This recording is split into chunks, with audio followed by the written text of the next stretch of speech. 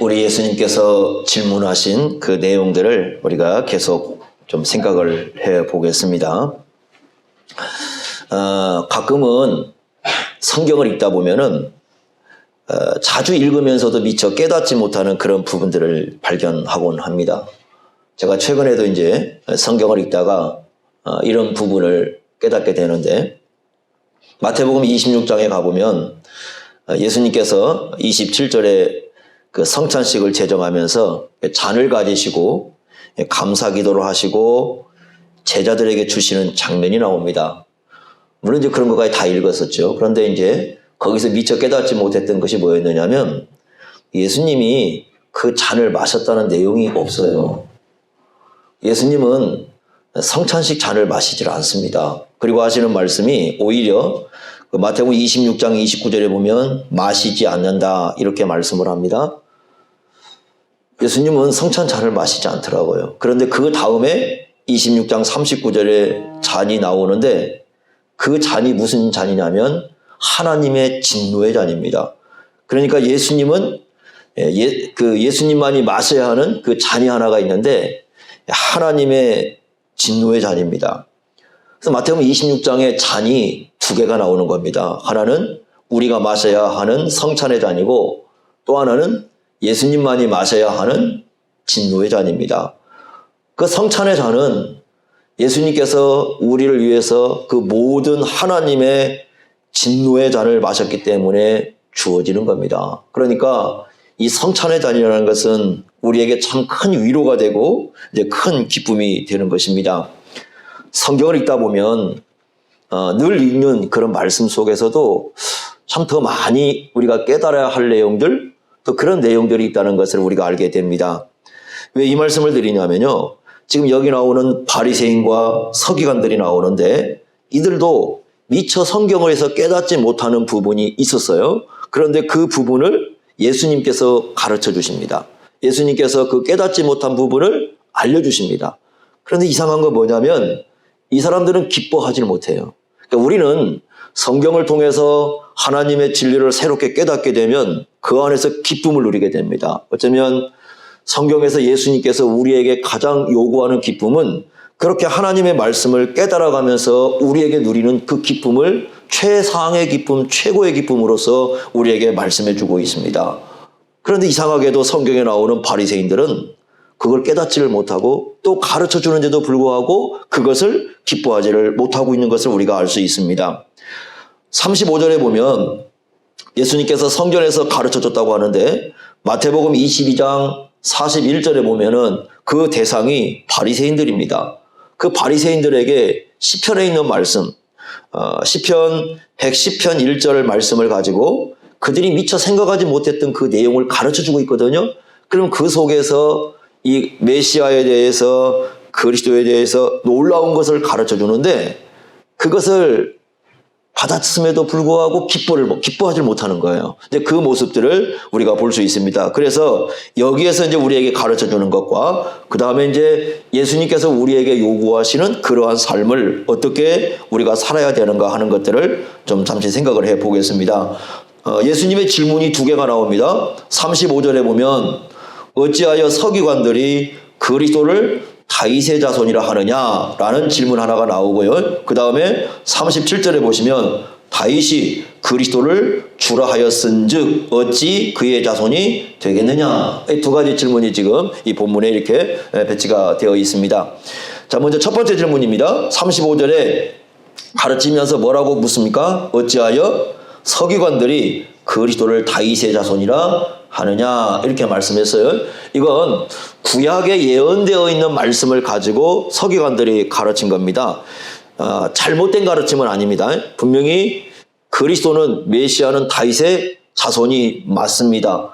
이건 구약에 계속해서 언급하고 있는 내용입니다. 신약에서도 그걸 가르쳐 줍니다. 여러분 마태복음 1장 1절에 보시면 예수님에 대해서 뭐라고 말씀하시냐면 아브라함과 다윗의 자손 이렇게 소개하잖아요. 그러니까 예수님이 다윗의 자손인 건 맞습니다. 그리고 마가복음 우리가 읽은 마가복음 10장 47절 48절 가보면 맹인거지 바디메오가 나오는데 이 맹인거지 바디메오가 예수님을 보고 부르짖었던 내용이 다윗의 자손입니다. 예수님 다윗의 자손 맞습니다. 그런데 그들의 문제는 무엇이냐면 이런 겁니다. 메시아에 대한 오해입니다. 오늘날 예수님을 믿는 사람 중에서 예수님에 대한 오해를 하는 사람들이 많잖아요. 그러듯이 그 당시에도 그 메시아에 대한 오해를 많이 했습니다. 어떻게 오해를 했느냐면 이렇게 오해를 하는 겁니다. 만약에 메시아가 오면 자기들이 지금 이방 나라의 그 압제 아래 있지 않습니까? 압제 아래 있습니다. 우리나라가 마치 옛날에 일본의 그 압제 아래 있었던 것처럼 그 압제 아래 그들이 있었는데 그 압제에서 정치적으로 해결해 줄 것이다. 그 압제에서 자유를 줄 것이다. 그렇게 생각을 하고 있었어요. 그리고 어떻게 생각했느냐? 구약시대에 이스라엘 나라에서 가장 영광스러웠던 시대가 다윗과 솔로몬 시대였는데 그 다윗과 솔로몬 시대에 가졌던 영광을 회복시킬 것이다. 그러니까 그렇게 오실 메시아는 하나님으로 생각한 게 아니고 유대인들은 어떤 탁월한 사람, 다윗처럼 탁월한 사람, 어쩌면 그런 사람, 다윗과 같은 탁월한 한 사람이 와가지고 이방 나라에서 압제를 해주고 그 다음에 다윗과 솔로몬 시대에 가졌던 영광을 회복시킬 것이다. 그렇게 생각을 하고 있었던 거예요. 그러니까 이건 예수님에 대한 이제 굉장한 오해를 가질 수 있는 부분이죠. 그래서 예수님께서 36절 보시면 이렇게 말씀합니다. 다윗이 성령에 감동되어 친히 말하되, 자 여기 시편 110편 1절을 인용을 합니다. 그런데 그걸 뭐라고 두 개를 쓰고 있어요. 하나는 다윗의 시다. 다윗이 쓴 것이다 라고 말씀하고요. 두 번째는 뭐라고 가르치냐면 성령에 감동된 것이다. 여러분 시라고 해서 다 성령에 감동된 건 아닙니다. 예를 든다면 뭐 김소월 씨의 진달래꽃 여러분 다 아시잖아요. 나보기가 역겨워 가실 때에는 그거 우리 다 이제 뭐 노래도 부르고 알지만 그건 좋은 시죠. 좋은 시지만 성령에 감동된 시는 아닙니다. 그러죠? 그러나 시편에 나오는 모든 시는 다 누구에게 감동된 겁니까? 성령에게 감동된 시죠. 그죠? 그래서 이 다윗이 쓴 시지만 성령에 감동되었다고 말씀하면서 어떤 말씀을 하냐면 거기 보시면 36절 다시 한번 보세요. 주께서 내 주께 이르시되 내가 내 원수를 내 발 아래에 둘 때까지 내 우편에 앉았으라 하셨도다 하였느니라. 이렇게 말씀했습니다. 여기서 주목하는 게 뭐냐면 그 첫 부분입니다. 주께서 내 주께 이렇게 되어 있습니다. 시편 110편에는 주를 뭐라고 번역했죠? 앞에 주를 여호와로 번역했죠. 여호와께서 내 주께 이렇게 했어요. 그러니까 지금 여기 잘 보시면 다윗이 메시아를 누구라고 고백을 합니까? 내 주 이렇게 고백하는 거죠. 내 주. 그런데 지금 이 말씀에서는 주와 여호와를 주로 바꿨죠. 그죠? 주와 주를 같이 놨죠. 이렇게 씀으로써 성부 하나님과 성자 예수님이 어떤 분인 걸 지금 드러내고 있어요? 동등한 분이신 거죠. 그러니까 유대인들이 미처 생각하지 못했던 것, 그러니까 메시아가 오면 다윗과 같이 탁월한 인간일 것이다 라고 생각을 했는데 예수님께서는 이 말씀을 가지고 그게 아니라 다윗과 같은 탁월한 정도가 아니라 하나님과 어떤 분이다? 동등한 분이다. 이렇게 가르치는 거죠. 이건 미처 늘 이 시편을요, 여러분들이 우리는요 성경을 가지고 시편을 보지만 유대인들은 시편을 외워버립니다. 암송을 해요. 그러니까 이 사람들은 암송을 해가지고 자식에게 전수하고 이러거든요. 그러니까 이 사람들은 구약의 시편을 암송을 하는 사람들입니다. 늘 암송을 하던 겁니다. 그리고 늘 가르치던 겁니다. 그런데 그 암송을 하고 늘 가르쳤던 내용이지만 뭘 못 봤느냐? 다윗이 메시아를 내 주라고 불렀던 이 말씀을 보질 못한 거죠. 깨닫지 못한 거죠, 미처. 그죠? 그런데 그걸 누가 가르쳐 줍니까? 바로 예수님이 가르쳐 줘요. 그래서 그분이 어떤 분이냐 하면서 계속해서 뭐라고 합니까? 예수님, 하나님 우편에 앉아 계신 분, 이렇게 말씀하지 않습니까? 여러분 성경에 예수님이 하나님 보좌 우편에 앉았다는 것은 세 가지 의미가 있어요. 첫째는 히브리서에서 나오는 얘기인데, 히브리서에서 나오는 예수님이 하나님 우편에 앉았다는 것은 제사의 완성. 그러니까 구약의 제사장들은 여러분 성전에 들어가면 의자가 없어요.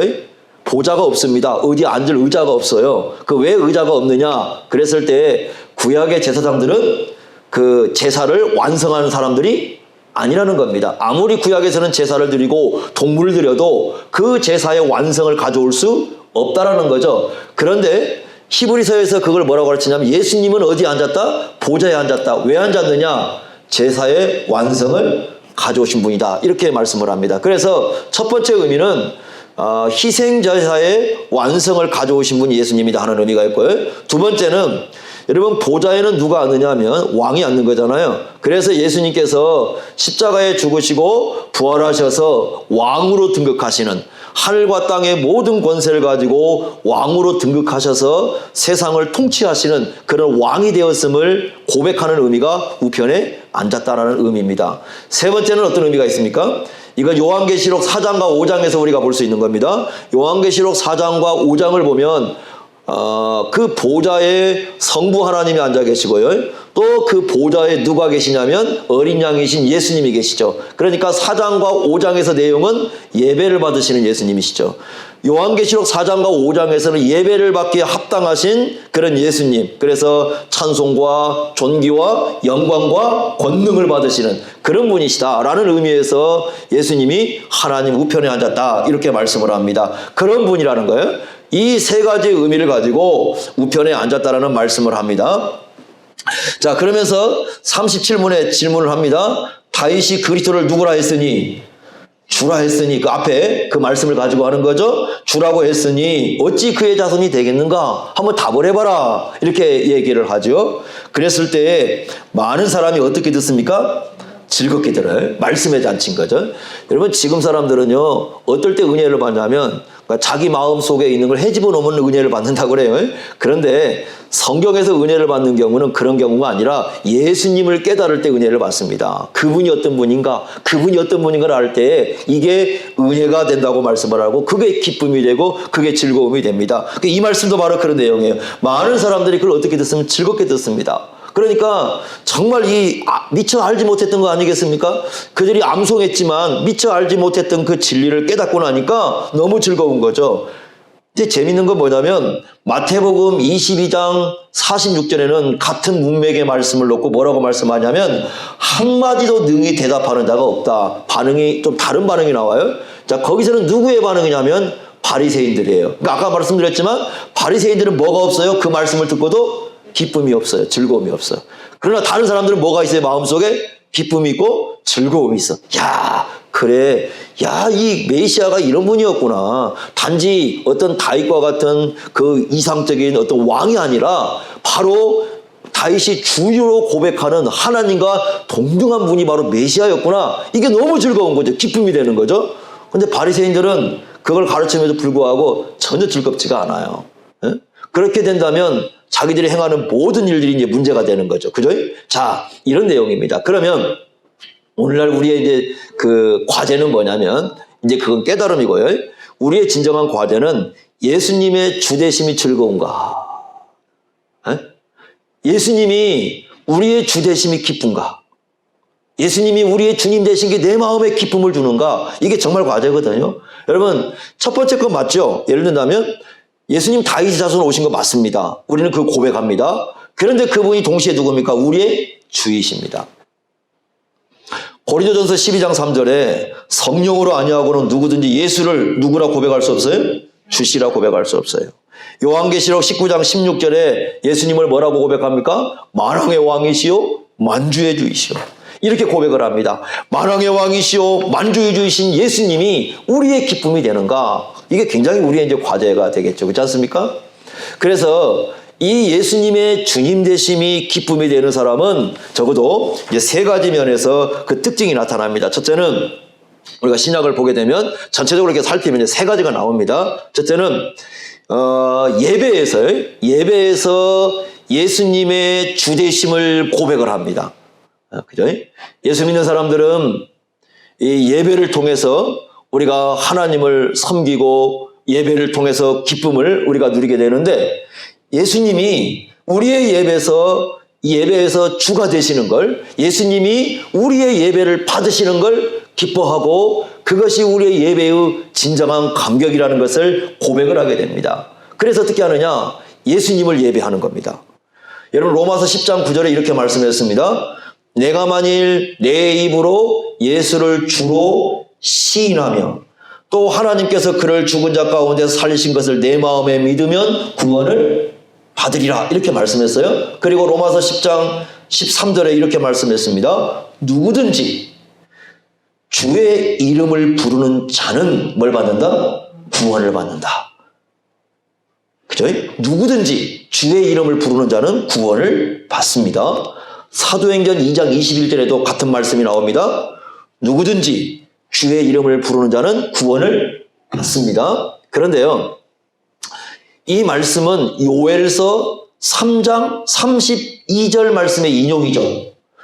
요엘서 3장 32절에는 뭐라고 되어 있냐면 이렇게 되어 있습니다. 누구든지 여호와의 이름을 부르는 자는 구원을 얻으리니. 그러니까 구약에서는 여호와의 이름이라고 했던 것을 신약에서는 누구의 이름으로 바꿨어요? 주의 이름으로 바꿔가지고 구약의 여호와의 이름을 신약의 예수님의 이름으로 바꿔버린 거죠. 그래서 여호와의 이름을 얘기하는데 여기서 이제 우리가 한 가지 중요한 걸 얻을 수 있는 게 바로 뭐냐면 여러분 구약에서 여호와의 이름을 부른다는 의미가 뭐예요?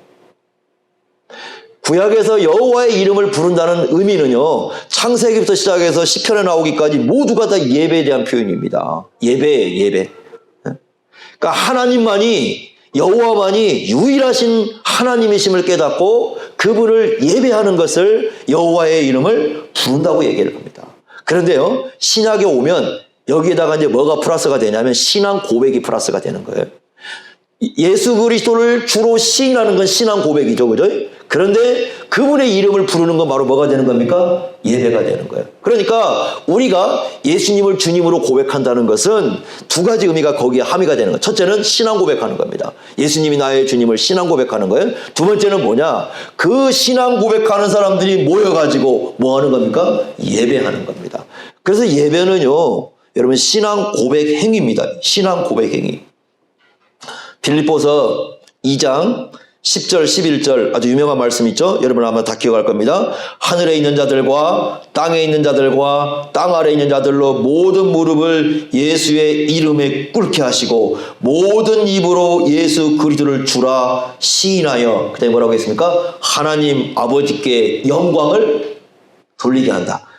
여러분 우리의 소망이 뭡니까? 하나님께 영광을 돌리는 거죠. 그랬을 때 빌립보서 2장 10절 11절에 하나님께 영광을 돌리는 예배가 어떤 예배가 그랬을 때 뭐라고 했습니까? 예수님 이름 앞에 무릎을 꿇는 예배. 다시 말하면 예수님을 누구로 고백하는 예배입니까? 주님으로 고백하는 예배. 우리의 예배를 통해서 예수님을 주님으로 고백하는 그 예배야말로 진정 하나님께 뭐 하는 거다? 영광을 돌리는 예배다. 이렇게 말씀했습니다. 이 초대교회 때 불렀던 찬송이 있습니다.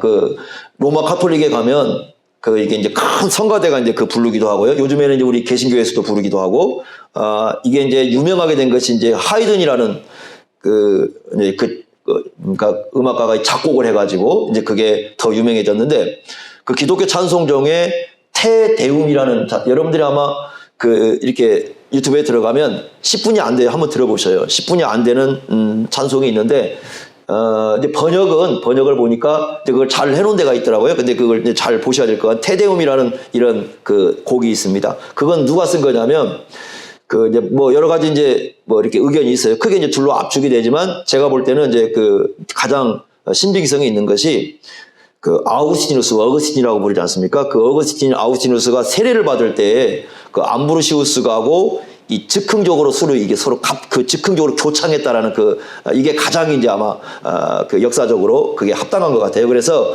암브로시우스가 아우구스티누스 이제 세례 줄 때 같이 서로 이렇게 그 내용을 가지고 교창을 하면서 이것을 가지고 아마 가사를 쓰지 않았을까 이렇게 보여집니다. 그게 이제 이렇게 내려와 가지고 지금 찬송으로 만들어지고 이제 유명한 작곡가들이 이제 작곡을 해서 이렇게 만들었는데, 테데움이라는 게 뭐냐면 뭐 쉽게 얘기하면 이런 겁니다. 오 하나님 당신을 우리가 찬송하나이다. 그걸 줄인 겁니다. 그러니까 하나님 당신을 찬송합니다를 줄인 건데, 이 찬송을 보면 세 가지로 이렇게 되어 있습니다. 따라 부르기는 어려워요. 부르려고 하지 마세요. 따라하려고. 왜냐면 첫째는 라틴어로 돼가지고 뭔 말인가 모를 것이고요. 두 번째는 곡 자체가 길어요, 일단. 뭐 짧아도 7, 8분 되니까 아마 하다가 지칠 거니까 못할 것이고, 세 번째 따라 부르기 자체가 어려우니까 하다가 좀 어려울 겁니다. 네, 그래서 하긴 어려운데 가사를 주목해서 보시라는 겁니다. 첫 번째 그 부분은 어떤 내용이냐면 성부 하나님과 성령 하나님을 높이는 내용이 나오고요. 두 번째는 성자 하나님을 높이는 부분이 나오고, 세 번째는 그 성도들의 믿음에 대한 고백이 나옵니다. 그 두 번째 부분에 성자 하나님을 높이는 부분에서 이렇게 찬송을 합니다. 오 그리스도여, 당신은 영광의 왕이십니다. 찬송합니다. 당신은 영광의 왕이십니다. 그리고 이렇게 합니다. 당신은 영원한 아버지의 아들이십니다. 이렇게 고백을 합니다. 그 예수님에 대한 신앙 고백이 그 다음에 쭉 나와요. 이렇게 나옵니다. 믿는 자들에게 하늘의 왕국을 당신은 열어주셨습니다. 당신은 아버지의 영광 중에서 하나님 오른편에 앉아 계십니다. 당신은 심판자로서 다시 이 땅에 오실 것을 믿습니다. 이렇게 고백을 해요. 그리고 이제 마지막 끝부분에 뭐라고 하냐면 우리에게 자비를 베풀어 주셔서 주여, 이렇게 이제 죄를 고백하면서 우리에게 자비를 베풀어 주셔서 주여, 우리의 이 죄를 유일하게 해결할 분은 당신밖에 없습니다. 그러니 자비를 베풀어 주셔서 이렇게 이제 간구하는 내용입니다. 자, 왜 이런 내용을 하냐면요. 초대교회 때 가보면은 이 내용들을 찬송하는 내용들을 보면 자꾸 거기에 누구를 드러내냐면 예수님을 드러내셔요. 예수님을 그 안에 일부러 드러내시고, 예수님이 영광의 왕이시고 우리의 하나님의 아들이시고 우리의 예배를 받으시기에 합당한 분이라는 걸 자꾸 드러내고 있습니다. 그 이유가 뭐냐? 우리의 예배 속에서 영광을 받으실 분은 누구시라는 거? 예수 그리스도이신 거예요. 그래서 여러분, 우리의 예배가 유대인 예배와 다르고 다른 종파들과 예배가 다른 게 뭐냐면, 우리의 예배에서는 오로지 삼위일체 하나님만이 예배를 받으시는데, 그 삼위일체 하나님의 제2가 예수님 아닙니까? 그 안에 예수 그리스도가 함께 계셔서 우리의 영광을 받으심을 신앙 고백함이 있기 때문에 우리의 예배가 분명히 다른 것입니다. 다른데요. 그래서 첫 번째로는 바로 이 부분이에요. 그래서 여러분, 초대교인들 보면 기뻐해요. 예수님이 찬송을 받으신 것을 기뻐합니다. 그래서 이 초대교회에 써놓은 글을 보면은 당신들이 누굴 예배하느냐 그랬을 때 우리는 예수님을 예배합니다. 막 이런 내용들이 있어요. 사형 현장, 이렇게 여러분 보통 이제 예전에는 예수님을 신앙 고백하면 되게 이제 이렇게 사형을 시키는 경우가 많았어요. 공개적으로 고백하기 어렵습니다. 그래서 이 지방의 총독들이 이제 예수 믿는 사람 다 잡아다가 놓고 묻습니다. 너희들은 도대체 누굴 얘기하느냐, 예배하느냐? 신상도 모이지 않고, 왜 교회당에 신상도 없잖아요. 아무것도 없는데 도대체 뭘 예배하는 거냐? 우리는 예수 그리스도를 예배합니다. 예수님을 예배합니다. 예배는 여러분 그래서 기쁨인 겁니다. 우리 예수님이 우리 주님 되시기 때문에. 두 번째는요, 우리의 모든 삶에 대한 예수님의 주권입니다. 이 주님이시라는 우리의 모든 삶에 대한 예수님의 주권, 이게 기쁜 겁니다. 아브라함 가이프라는 유명한 분이 그의 영역 주권에서 이렇게 글을 썼습니다. 우리 인간 삶의 모든 영역에서 만유의 주제이신 그리스도께서 나의 것이라고 외치지 않는 영역은 한치도 없다. 모든 세상에 대한 통치권을 예수님이 갖고 계십니다. 여러분, 우리 주보에도 그 비슷한 내용을 써놨잖아요. 맨 앞에 보시면 우리는 언제나 어디서나 하나님의 눈앞에서 피할 데 없죠. 예수 그리스도의 주 되심을 드러내는 삶을 살아야 됩니다. 여러분, 정치도 주님의 통치 아래 있어요. 문화도 주님의 통치 아래 있고, 예술도 교육도 모든 것이 예수님의 통치 아래 있습니다. 이런 생각을 해보셨습니까? 시편 104편 32절에 보시면 땅을 진동시킬 수 있는 분이 주님이셔요. 가끔 이런 생각을 해봅니다. 두려운 생각을 한 번씩 하는데, 한 번씩 여러분 곳곳에 지진 나가지고 건물 무너지는 것 보시죠? 어떤 생각이 드냐면, 사람들은요 건물을 막 높이 쌓으면서 보아라, 인간의 기술이 얼마나 탁월한가, 인간이 얼마나 능력 있는가 막 자랑을 하고 쌓아 올립니다. 하나님께서 만약에 땅을 살짝만 흔들면 저거 어떻게 되지? 여러분 그러지 않겠습니까? 저 그 생각하거든요.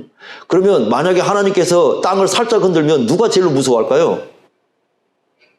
저 꼭대기 사람들 아닐까요? 가장 높이 살고 보아라, 인간이 얼마나 탁월한 존재인가 라고 자랑하는 그 사람이 가장 무서워할 것 같지 않습니까? 막 흔들면 제일 많이 흔들 거 아니겠어요? 이게, 그죠? 예? 이 사람이요 교만할 거 없어요. 그거 왜 무너지지 않고 있느냐? 예수님께서 땅을 딱 붙잡고 있으니까, 이 흔들리지 않게 붙잡고 있으니까, 날마다 붙잡아 주시니까 그 꼭대기서라도 그냥 사는 거지. 만약에 이거 땅을 주님께서 한 번만 흔들어 보세요. 두려움밖에 없어요, 인간에겐. 그게 너무 교만한 거예요. 이 예수님께서 이 온 세상을 통치하고 계세요. 지금도. 그렇지 않습니까? 더욱 감사한 건 뭐냐면 우리에게 뭘 주시느냐. 이걸 은혜의 통치라고 불러요. 하나님의 말씀을 우리에게 주셔서 말씀으로 우리를 이끌어 가죠. 그 초대교인들이 시편 119편 105절 보시면 여호와의 말씀은 나에게 등이요 빛이라 그 고백하지 않습니까? 그런데 그분들은 뭐라고 고백하냐면 그 여호와의 말씀을 예수님께 이렇게 적용을 시켜가지고 예수님이 우리의 등이고 우리의 빛입니다. 이렇게. 예수님이 우리의 삶을 이끌어 가시는 말씀을 가지고 이끌어 가십니다. 그런데요, 예수님께서 우리를 말씀으로 이끌어 갈 때에 가장 문제가 되는 게 뭐냐면 세 가지가 있어요. 그러니까 이게 안 따라가는 사람들이 있어요. 예수님이 우리를 말씀으로 인도해 가는데 이 못 따라가는 경우 세 가지가 있습니다. 성경에. 첫째는 구습이라는 구습. 에베소서 4장 22절에 보시면 구습 이게 나와요. 그러니까 구라는 건 옛구자니까 아시겠고 습은 습관이에요. 생활 방식. 그러니까 습이라는 게 이제 원래 여러분들 그 한자를 보시면 그 이게 이 새 이렇게 날개 털처럼 돼 있거든요. 날갯짓 하는 거잖아요. 그러니까 새가 날아가려면 날개짓 엄청 해야 되잖아요, 이게. 그죠? 그러다가 날개짓을 엄청 하다 보면 이게 이제 습관화되니까 나중엔 자연스러워지잖아요, 이게. 그죠? 처음에는 이게 얼마나 힘들겠어요, 날려고 할 때. 그죠? 막 날개 안 되다가 날개짓 하고 그러다가 나중에 시간이 지나면 이게 날개짓 돼가니까 아주 자연스러워지잖아요. 거기서 온 말이 습인데 우리가 이런 겁니다. 익숙해진다는 건데요. 예수 믿기 전에요, 살던 삶에 익숙한 습관들이 있어요. 예수 믿기 전에. 그러니까 그건 그냥 바로 되는 게 아니죠. 아이들이 뭐 숟가락 뜨는 거 생각해 보세요. 숟가락 그냥 안 뜨죠. 우리는 여러분 다 숟가락 자연스럽게 이렇게 먹지 않습니까? 그렇지만 아이들이 숟가락을 가지고 밥을 먹기에는 수도 없는 반복을 해야 됩니다. 그게 습이에요. 그러니까 그게 익숙해지는 거죠. 그러듯이 우리가 예수 믿기 전에 익숙해진 삶의 습관들이 있습니다. 그런데 문제는 뭐냐면 그게 이제 머물러 있는 거죠. 우리가 거기에. 여러분 우리 말하는 것도 습관화되어 있죠. 말하는 거. 어릴 때 그 도시락 있잖아요, 도시락. 여러분 어릴 때 그 뭐라고 불렀어요, 다? 벤토라고 불렀잖아요, 벤토. 그죠? 벤토가 어디 나란 말이에요? 일본 나란 말이야. 일본은 참 싫다. 축구할 때마다 저거 너무 싫어. 그런데 도시락 보면 뭐라고 불러요? 벤토. 왜요? 습관화되어 있어요, 이미 언어가. 말투도 그렇고 언어 투도 그렇고 다 습관화되어 있습니다. 그래서 말투를 보고 당신은 어디 사람이다 이렇게 알잖아요, 그죠? 이게 다 습관화되어 있어요. 근데 이 습관화가 자칫 잘못하면 우리 신앙의 걸림돌이 됩니다. 예를 든다면요, 예를 들면 우리가 과거에 이렇게 한번 이제 TV를 한번 생각해 보세요. TV를 보는 습관이 있어요, 우리에게. 예전에 TV 많이 보았다. 요즘 아이들은 뭐 TV 보기보다는 스마트폰을 봅니다만은 여러분 TV를 보았다고 생각해 보세요. 그래서 내가 이제 예수를 믿고 나서 내가 이제 성경대로 한번 살아봐야 되겠다. 그래서 내가 이제부터는 매일 한번 성경을 30분 정도는 한번 읽어봐야 되겠다라고 결심을 했다고 생각해 보세요. 그러면 이제 가만히 생각해 보니까 줄여야 할 거예요. TV를 봐야 할 이 시간을 좀 줄여야 돼요. 그런데 여러분, 내가 지금까지 보던 TV 시간 줄이려고 30분 해보세요. 많이 싸워야 됩니다. 고민해야 됩니다. 신앙생활 하려면 그런 겁니다. 그런데 그 성경에 이 구습이라는 게 이 자주 우리를 갖다가 이게 묶어놔요. 그래서 내가 예전에 가졌던 습관들이 새롭게 신앙생활 하면서 말씀대로 내가 가보려고 하면 그걸 묶어놔. 그래서 그걸 못하게 해. 그런 경우가 많다는 거예요. 그래서 이 말씀대로 우리가 예수님의 인도를 받으려면 이 구습을 버려야 된다는, 이걸 자꾸 벗어내야 된다는, 이게 첫 번째 작업이에요. 두 번째는 욕심이라는 거죠, 욕심. 이 욕심이 얼마나 많습니까? 디모데후서 3장 1절부터 4절까지 보면 종말시대 사람들은 세 가지를 사랑한답니다. 종말시대 사람 세 가지를 사랑해요. 첫째는 자기를 사랑하고, 두 번째 돈을 사랑하고요, 세 번째 쾌락을 사랑합니다. 그런데 그 모든 뿌리는 뭐냐? 자기에 대한 욕심이에요. 욕심이 있으면요, 여러분 이 세 가지, 돈 사랑, 자기 사랑, 쾌락 사랑이 자기를 지배하고 있으면 하나님의 말씀이 들려와도 예수님의 말씀이 들려와 따라가지 못합니다. 세 번째는 뭐냐? 염려입니다. 염려. 주님께서 가장 문제 삼았던 것 중에 하나가 뭐냐면 염려입니다. 염려의 뿌리는 뭐냐? 두려움입니다. 두려움. 뭔가에 대한 두려움이 그 사람 마음을 잡고 있어요. 예를 들자면 나는 앞으로 살아갈 수 있을까? 생존에 대한 두려움이죠. 또 어떤 사람은 나는 그거 할 수 있을까? 실패에 대한 두려움이죠.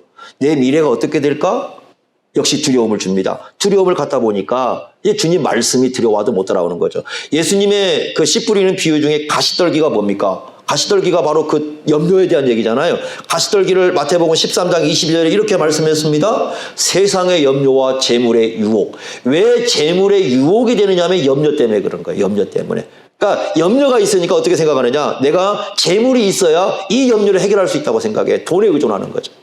그러다 보니까 염려가 그 사람의 미래의 불안감을 잡고 있고, 근데 예수님께서 이게 덫이라는 거예요. 이게 덫이 돼가지고 우리의 신앙을 다 잡고 있다는, 가시가 돼가지고 이게 가시가 되어서 하나님의 말씀이 들어와도 이게 자꾸 찔러내니까 결국은 하나님 말씀이 그 속에서 자라날 수 없다. 이렇게 말씀을 하는 겁니다. 우리가요, 예수님의 그 주권 되심을 따르기 위해서 이 세 가지를 극복해내야 됩니다. 구습과 욕심과 염려를 우리가 이겨내어야 우리가 예수님의 인도를 따라서 이 땅에서 주님 말씀을 따라서 걸어갈 수가 있는 거죠. 그러나 이 세 가지를 이겨내면 이제 기쁨이 있을 수밖에 없는 거죠. 여러분 찬송가 32장 1절 여러분 기억하시는 잘 부르시는 거죠. 예? 만유의 주제 여러분 기억하시죠? 만유의 주제 존귀하신 예수. 예수님이 누구라고요? 만유의 주제. 모든 걸 예수님이 주관하는 거 아닙니까? 그러니까 정말 우리가 예수님을 주님으로 고백한다면 만유를 예수님이 통치하시고 만유의 모든 것을 예수님께서 주관하신다는 우리가 믿고 고백하고 또 예수님께 맡기고 살아가는 거죠. 그걸 못하니까 자기가 불안감을 안고 살아가요. 그런데 이런 겁니다. 여러분 아셔야 할 게 뭐냐면 오히려요, 염려와 불안감이 자신의 심령을 더 해칩니다. 건강도 마찬가지입니다. 더 해치는 거예요. 그것이 맡기지 못하면 자기가 그거 짊어지겠다고요. 여러분 염려와 불안이 가슴을 안고 있으면 그런 사람들이 또 예배 잘 못 드려요. 주님 앞에 정상적으로 못하는 거예요. 그러니까 이런 것들을 우리가 잘 극복해내어야 이 예배도 제대로 드릴 뿐만 아니라 주님의 인도하심을 따를 수 있습니다. 세 번째는 뭐냐? 예수님을 주님으로 고백하는 사람의 그 초대교인들 내용을 특징을 보고 성경을 들여다보면 영광스럽게 생각합니다. 예수님을. 그게 달라요. 예수님을 영광스럽게 생각한다는 것. 고린도전서 2장 8절에요. 예수님을 누구라고 부르냐면 영광의 주이셔요. 영광의 주. 영광의 주. 그러니까 그분이 영광스러운 주님이시기 때문에 그분이 주는 것도 영광스러운 거죠. 마태복음 10장 32절에 이렇게 말씀했습니다. 누구든지 사람 앞에서, 공개적으로 그 말이죠, 나를 시인하면 나도 하늘에 계신 내 아버지께서 그를 시인할 거다 그랬지 않습니까? 그런데 이걸 마가복음 8장 38절에 뭐라고 했느냐면 나와 내 말을 부끄러워하지 않으며 이렇게 바꿨어요. 그러니까 나와 내 말을 부끄러워하지 않으며, 그 말은 또 중에 예수님과 예수님의 말씀을 어떻게 영광스럽게 생각하는 거예요. 영광스럽게 생각하는 거예요. 로마서 1장 16절에 내가 복음을 부끄러워하지 아니하노니 바울은 이렇게 고백을 합니다. 왜요? 그 복음이야말로 하나님의 능력이 되기 때문이다. 디모데후서 1장 12절에 복음을 위하여 사는 삶 때문에 오는 고난이 있을 때 부끄럽지 않는 고난이 있다라 나는 고난을 부끄러워하지 않는다고 얘기합니다. 너무 중요한 거죠. 예수님께서 우리에게 주신 것들을 부끄러워하지 않는 겁니다. 히브리서 11장 16절에 이렇게 말씀했습니다. 그 믿음의 조상들에 대한 얘기를 하면서 하나님께서요, 그들의 하나님이라 일컬음을 받으심을 부끄러워하지 않았다. 그러니까 여러분, 우리가 아브라함의 하나님, 이삭의 하나님, 야곱의 하나님 그러지 않습니까? 바울은 그 하나님을 뭐라고 하면 나의 하나님 이렇게 고백해요. 그러니까 바울의 하나님도 되시잖아요. 그런데 여러분들, 우리 사람들은 전부 다 허물과 부족투성이잖아요. 아브라함도 안 그렇습니까? 아브라함도 마찬가지죠. 이삭, 야곱, 두말할 거 있습니까? 다 허물투성입니다. 그런데 하나님께서는요, 자신이 그 부족함 투성인 사람들의 하나님이라 불리는 걸 부끄러워하지 않는다는 거예요. 히브리서 2장 11절에는 이렇게 말씀했습니다.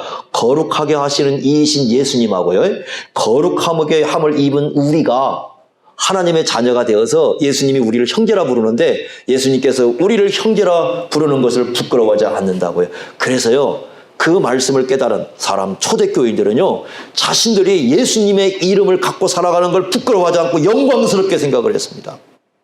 그러면요, 주님께서 주신 게 다 영광스러운 거예요. 다 영광스러운 거예요. 디모데전서 1장 11절에 복음, 우리가 받은 이 복음을 뭐라고 그러냐면 그냥 붙이지 않고 영광의 복음이라고 그러죠. 영광의 복음. 우리의 구원이 영광스럽습니다. 영광스러운 구원인 거예요. 에베소서 1장 6절에 이렇게 말씀했습니다. 여러분, 우리는 은혜를 그냥 대충 쓰겠지만 거기는 뭐라고 썼냐면 그의 은혜의 영광, 즉 하나님께서 우리에게 주신 은혜가 어떻다고요? 영광스럽다고요. 베드로전서 4장 4절에는 성령님을 뭐라고 부르나? 영광의 영이다.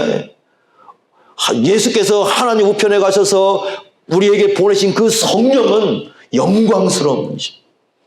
예수님께 주신 모든 게 영광스럽습니다. 바울은 로마서 11장 13절에 이렇게 말씀합니다. 나는 이방인의 사도다. 그런데 내 직분을 어떻게 여긴다고요? 영광스럽게 여긴다. 내 사도라는 직분을 영광스럽게 여긴다. 여러분, 영광스러운 겁니다. 예수님이 영광의 주이신 걸 깨달으면 예수님의 주신 모든 게 영광스럽습니다. 오늘 예수님이 우리의 주권자이시고요, 우리 생명을 예수님이 주셨으면 우리의 생명도 영광스러운 겁니다. 영광스러운 겁니다. 일반은 믿지 않는 사람은 그거 모릅니다. 제가 목사가 되고 여러분들이 또 장로님 되시고 여러분들이 권사님 되시고 여러분 집사님 되신 것 천하 무엇을 주고도 가질 수 없는 주님께서 주신 선물입니다. 영광스러운 겁니다. 이게 초대교인들이 가졌던 마음이, 그리고 예수님을 주님으로 깨달았던 사람들이 가진 거예요. 영광스러운 겁니다. 예수님의 말씀도 영광스럽습니다. 그분이 하신 말씀 하나하나가 다 영광스럽습니다. 그렇기 때문에 우리는 주님 말씀대로 순종하면서 영광스럽게 생각하는 거예요. 왜? 주님의 말씀이 영광스럽기 때문에 세상 사람들은 몰라줄지라도 알아주지 않을지라도 그 주님 말씀을 따라가는 걸 영광스럽게 생각하는 이유는 주님의 말씀이 영광스럽기 때문입니다. 이게 바로 예수님을 주님으로 고백하며 기뻐하는 사람들의 특징입니다.